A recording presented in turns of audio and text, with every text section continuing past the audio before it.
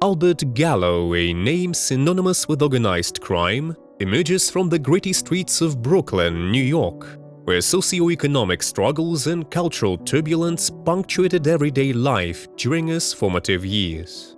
Born in 1930, Albert, alongside his notorious brothers Larry and Joe, was inadvertently nurtured in an environment that silently cultivated a tendency towards the illicit and the illegal. The Gallo family, striving to carve out a livelihood amidst the challenges of the early 20th century, unknowingly sowed the seeds of what would become a formidable legacy within the American criminal underworld.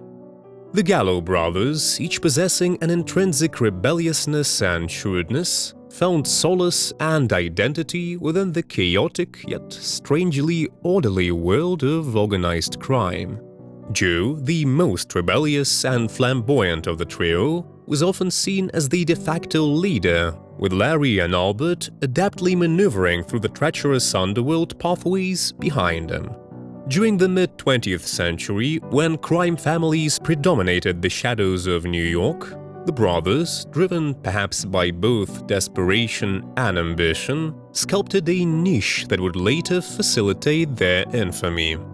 Albert Gallo, often navigating through the immense shadows cast by his more publicly notorious brothers, nonetheless carved his path of power and fear within the underworld. He wasn't merely a spectator to the machinations of the Mafia, rather he was an astute participant, orchestrating, negotiating, and often enforcing the covert law that governs the chaotic world of organized crime. His journey from the impoverished streets of Brooklyn to becoming a feared mobster is both a testimony and a warning concerning how societal failures and lack of accessible opportunities can drive talented individuals towards nefarious pathways. The Gallo crew, a faction within the larger Colombo crime family, emerged as a formidable force under the strategic and occasionally erratic leadership of the Gallo brothers. The crew, particularly under Joe's leadership, didn't merely succumb to the established norms of the Mafia.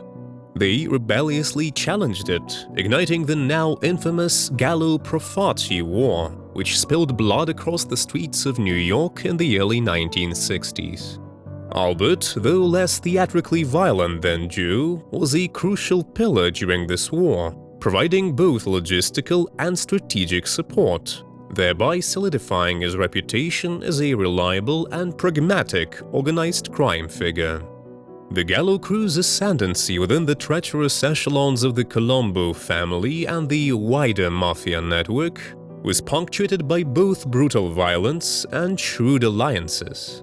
Their willingness to engage in activities that others shied away from, such as narcotics trafficking, alongside their propensity to audaciously challenge the established Mafia hierarchies, facilitated their rise, yet also sowed the seeds of their eventual challenges and downfalls. Albert Gallo, a figure enmeshed in the entwining tendrils of organized crime, masterminded and partook in a plethora of notorious events and crimes that etched a permanent mark on the annals of the American criminal history.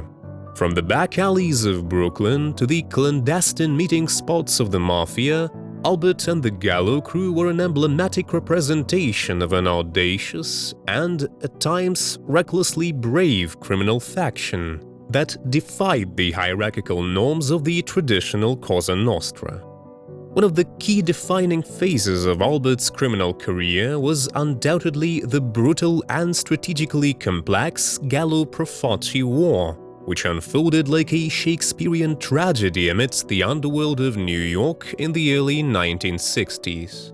The roots of this internal struggle were deeply embedded in the long-standing grievances harbored by the Gallo brothers, particularly Joe, against the Profaci leadership, who they perceived to be exploitative and unjust in their distribution of power and wealth. Albert, navigating through the choppy waters of loyalty, strategy, and survival, was instrumental in the orchestration of numerous operations during this war.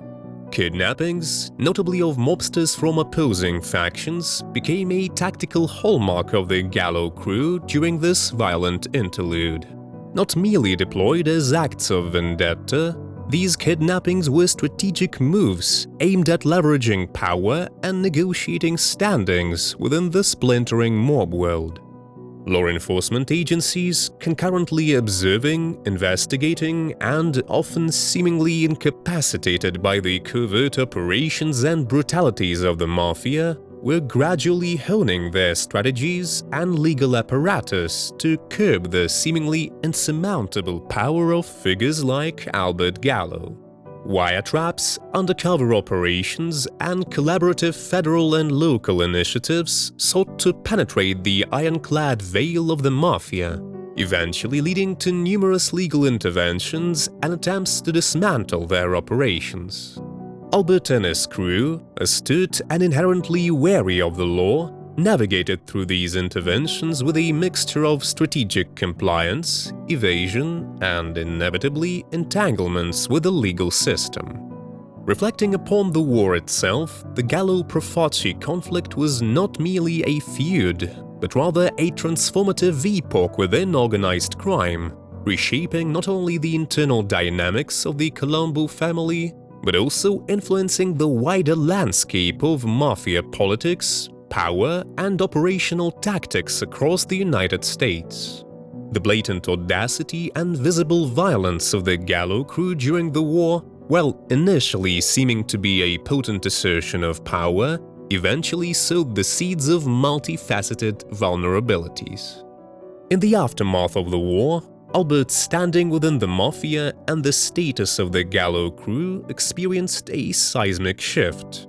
Where they had once been audacious challengers to established power, they eventually found themselves grappling with both external and internal challenges, navigating through a world where their loyalties were perpetually questioned and their operations continually threatened. While Albert Gallo maneuvered the complex and dangerous tapestry of the organized crime world with skill and tenacity, his ventures eventually led him to the restrictive confines of prison life. Even during incarceration, Albert's name and the legacy of the Gallo crew lingered ominously in the outside world. The Mafia, with its intricate web of loyalties and strategically distributed power, often ensures that its key players, even those confined, continue to influence or at the very least shape actions and decisions. Upon his death, Albert Gallo left behind a legacy intertwined with rebellion, strategy, violence, and a dark charisma characteristic of key Mafia figures. Albert's influence, crafted through decades of strategic criminal activity, audacious challenges, and brutal warfare, did not merely dissipate upon his demise. Rather, it lingered, an ominous shadow reflecting upon the world he once boldly navigated, serving as a stark reminder of a tumultuous chapter within the historical narrative of American organized crime. Thank you for journeying through these concealed corridors of the past with us. Please like, comment, and subscribe, and join us again as we explore more hidden tales from history's shadows.